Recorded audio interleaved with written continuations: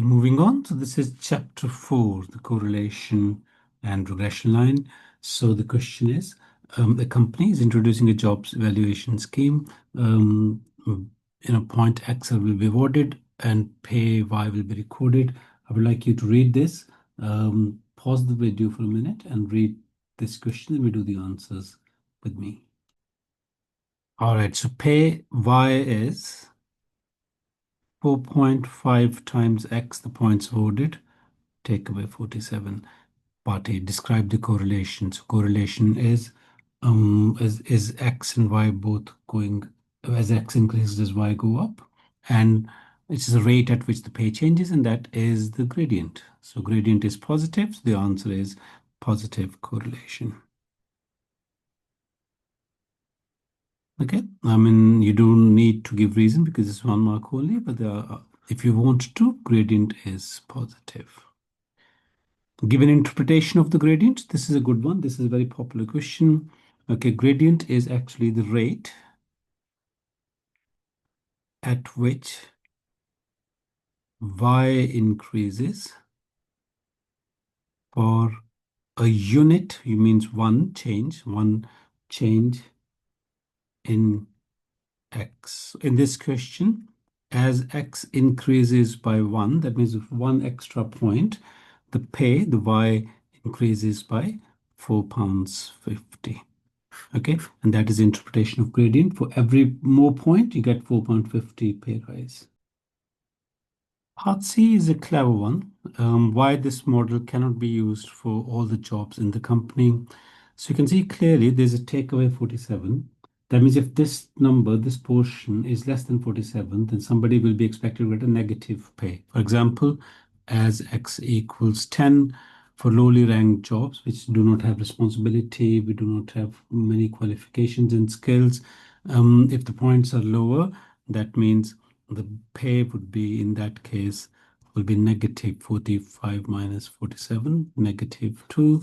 That doesn't make sense.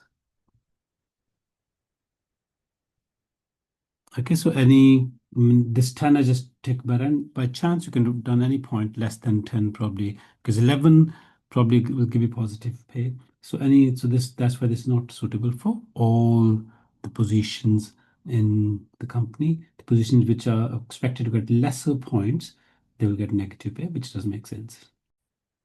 The next question on the same topic, once again, I would like you to read this, pause the video for a minute, don't rush onto it, and see what you can do, then compare the answers with what I do. Okay, thank you. Part A, describe the correlation. And people, correlation is the gradient. So gradient here is negative. Don't be fooled by the first term 22. Gradient is coefficient with the independent variable. So gradient is negative. So that's why it's negative correlation. Okay, carefully check. Part B is also a unique question. Given that P is measured in centimeters, so P is in place of Y, so that means change in P is centimeters, and T is measured in days, T is in place of X, so this gradient will be change in Y over change in X. This will be centimeters per day. Okay, so that is the unit for the unit of the gradient. Okay, change in Y over change in X is centimeters per day. Part C is very clever. I've seen a lot of people did make a mistake. Question says calculate the change in P over a 3-day period. Remember, it is not asking you to find P when T is equal to 3. No, it's not. It's not asking you to find P on the 3rd day. It's a change in P over a 3-day period of time. Either you take two different timings, T equals 0 and T equals 3, then find the difference, or T equals 2, T equals 5, then find the difference. Or you know that every 1 unit, there is a 1.1 unit change. So this will be, change would be for 3-day period, will be because 1.1 decreases in 1 day, times by 3 should be negative 3.3 centimeters in over a 3-day period time. Okay, or once again, I repeat, you can take T is equal to 1 t is equal to 4, find p, and take away the 2, you'll be expected to get the same answer as 3.3. So TISM uses this model to estimate the value of p when t equals 19. Comment using a reason. So this is a hint. That means this might not be a good idea. Okay, and you can check clearly. It says the data is collected when t is between 1 and 10, and 19 is not in this range. So 19 is outside the range for which data was collected. Data was collected. Or what's the keyword for this? When you go outside the initial range which was given to you, it's called extrapolation. And extrapolation generally does not give you very good results, so it's not reliable. And moreover, people, one more thing I want to add over here.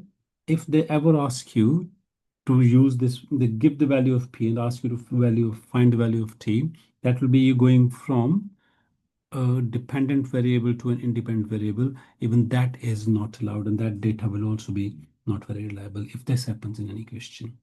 Okay, so this data is not reliable because this is t equals 19 expects us to do extrapolation. The next skill we're looking at is probability using Venn diagrams. Every 3 out of 5 papers, I mean, that's what I think is frequency of Venn diagrams coming into the exam.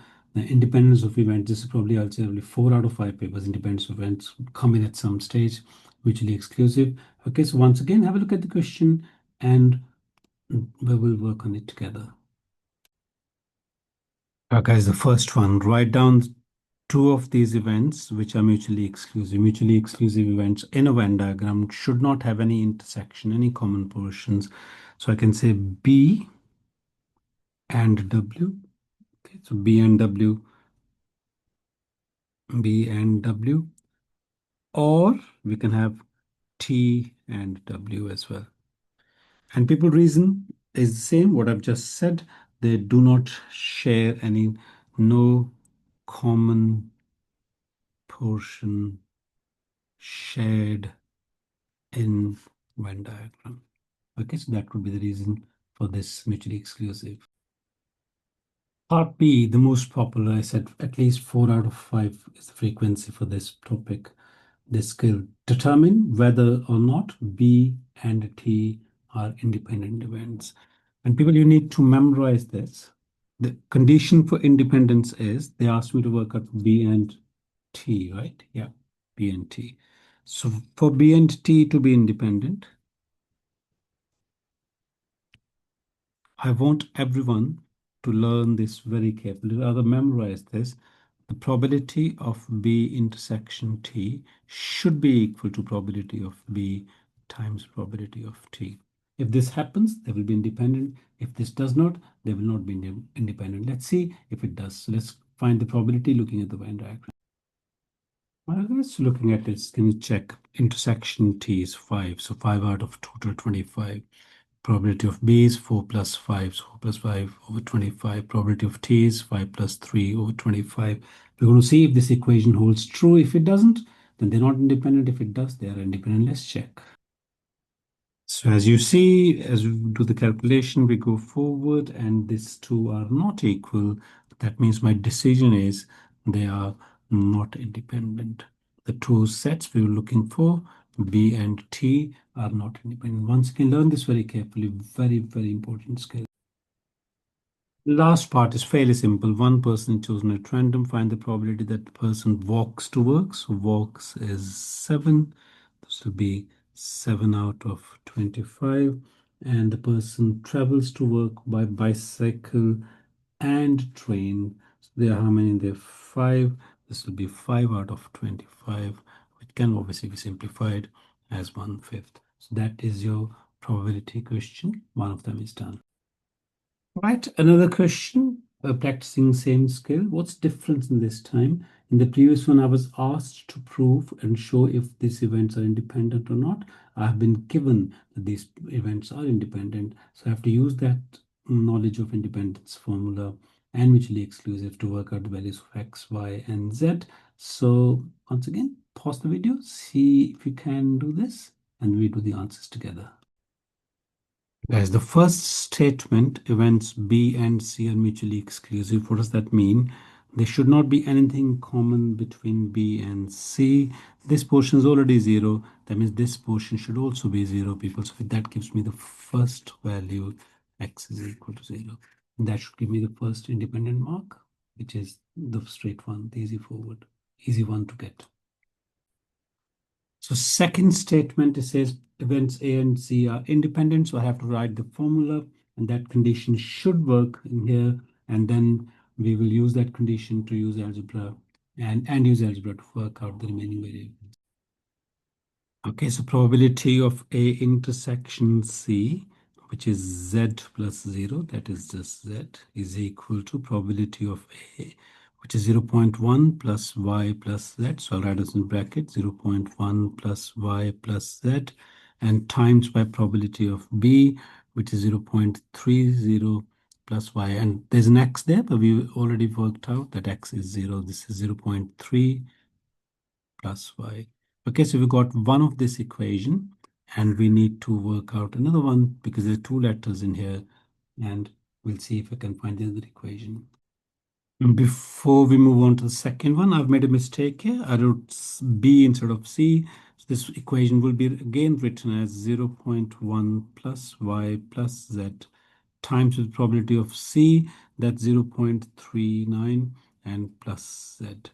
Okay, and X is 0, this is 0, 0.39 plus Z. Okay, so now we look at the second equation, which we get from the total of all the portions of the Venn diagram. Probability should be equal to 1. We add all the probabilities, and they add to give you 1. Solve this equation to work out the value of Z plus Y. Okay, so that says Z plus Y comes out as 0.15. So we're going to do, people, we're going to pick it up from here and put this in this equation. So Z is equal to 0.1 plus 0.15 and times with 0.39 plus Z. Okay, you multiply this bracket and work out the answer for this Z from here. See, so that is the equation you got. So we will be multiplying this bracket and work out the answer of Z. Can I ask you to do that for me, please? This calculation gives you this answer in the calculator. So Z is equal to 0.13. So write down Z is equal to 0.13. Then we work out, put this Z back into this equation. Okay, any of this equation, we can put it in here or there. Okay, we can put it in here, right? That's easier. And work out the value of Y. So Y will be equal to, looking at this, 0.15, take with that 0.02. Okay, we got these three answers. People, once again, in this question, the independence was given, so I have to use that formula and work out the value of the variables. Moving on, this is the first skill in chapter 6, where it is talking about discrete random variable and different situations to work out probability distribution function, which is the table, probability distribution, which is the table, and sometimes it's given as a function.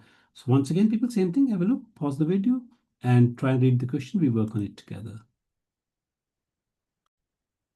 This needs reading, so let's read this together. It says, Huan plays a game using a fair 8-sided spinner, numbered 1 to 8.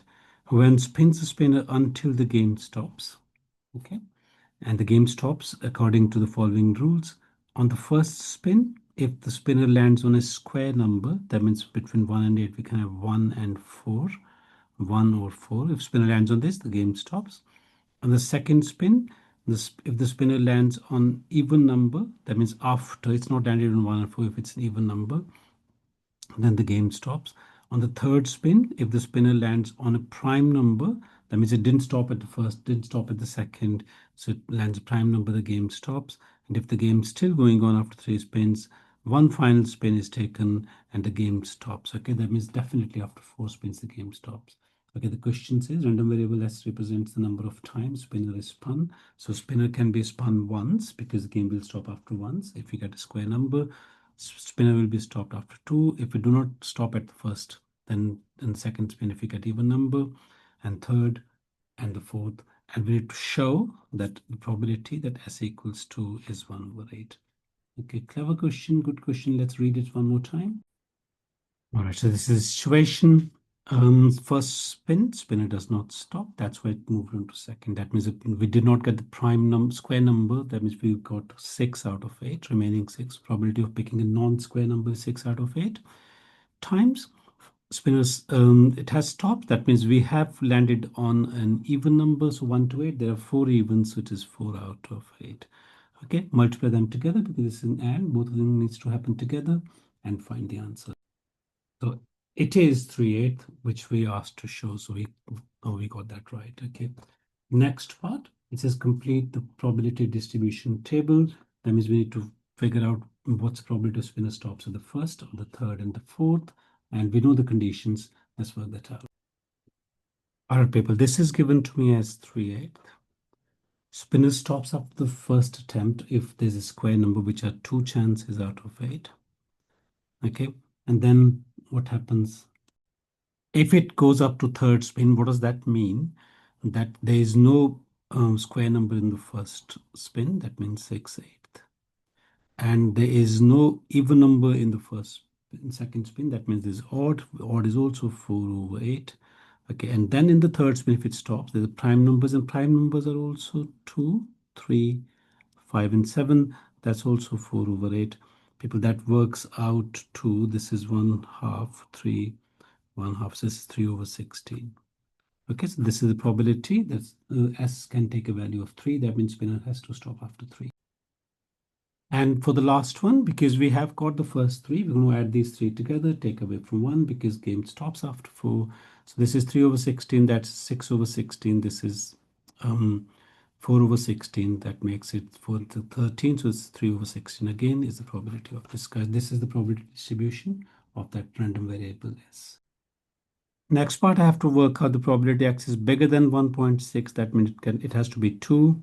Less than 3.2, it can be 3. It can't be 4. So we add these two together, people. So the answer is 3/8 plus 3/16. And that gives me 6/16. This 9/16 is the answer. Okay, this is question number 1 on discrete random variable.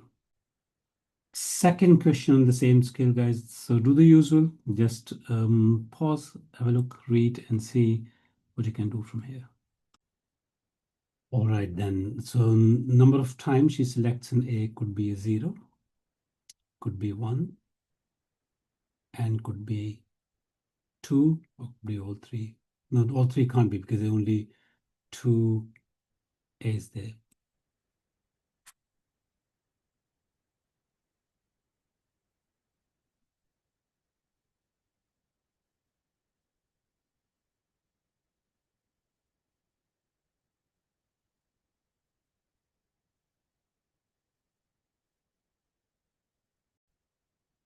So probability that X is equal to 0, okay, is, that means she did not get A in any of the 3 attempts. So first attempt is 6 out of 8 because there's 6 non-A numbers, letters. Second one's been taken already. So she takes the second one, which will be 5 out of 7, non-A again, and it will be 4 out of 6. Okay, multiply together to get the answer. Do that for me. For X equals 1, she can get 1A, but that 1A can be in 3 different places. First attempt can be an A, other 2 cannot be an A. Second can be an A, the other 2 not an A. And similarly, there'll be 3 ways, so times by 3. And probability of getting an A is 2 out of 8. Times not A is 6 out of 7. Times second not A is 5 out of 6. Okay, multiply that out and find that. So there are 3 ways of she can get 2 A's there as well. So A can be at this first 2 positions, first and the third, and the second and third. So 3 ways again. So times by 3. Getting an A is 2 out of 8. Second A is 1 out of 7, and non-A, there's still 6 numbers left, which are non-A, 6 out of 6. Okay. So let's see what do we get in this. So complete probability distribution is 5/14 for 0 A's, and 15/28 for this, and 3/28 for this. They should add to give me 1. Let's check if it does. I hope it does. This is 10/28, 15, 25. That's just 25. So add to give me 1. That's complete distribution for random variable X, which tells me how many A's does she get from this letter when she selects 3 letters. This word when she selects 3 letters. So next part, it says Yuki selects 10 letters at random, one at a time, with the replacement. That means the probability of getting A is, every word is the same each time that she picks up letter E at least 4 times. So what is the probability of picking up letter E first time is, how many E's do we have? Is 1. This is 1 over 10. So that is 0.1 and 10 trials. Okay. And then this is my next video, the next part of this video, people. This is binomial distribution. Let y be the number of e's she picks up. So y is binomially distributed, 10 trials, 0.1. I need to figure out that, find the probability she selects at least 4 times. We need to figure out probability of y is greater than or equal to 4. Right, I'll do that more in the next video, but I'll just tell you this is prob1 minus probability of x less than or equal to 3, y less than or equal to 3. Because she starts from 4, 5, 6, 7, she wants all this. So what's the biggest number she doesn't want from 0? Is 3. Right, put that in the calculator in binomial CD and we get the answer. Find that answer if you know it, otherwise we'll wait to next video. The answer is 0.184, and that concludes this chapter. I'm going to quickly brief you about chapter 1, a bit more on it, okay, right now. Okay, the sampling techniques. The definitions I've given to you, so just read it carefully. Okay, pause the video, take a note if you want to. And on the next slide as well, I've given you all the samplings. Obviously, you can read this from book as well. And that is it for this part, and I will do binomial distribution and hypothesis testing in the next part of the third and the final part of this video.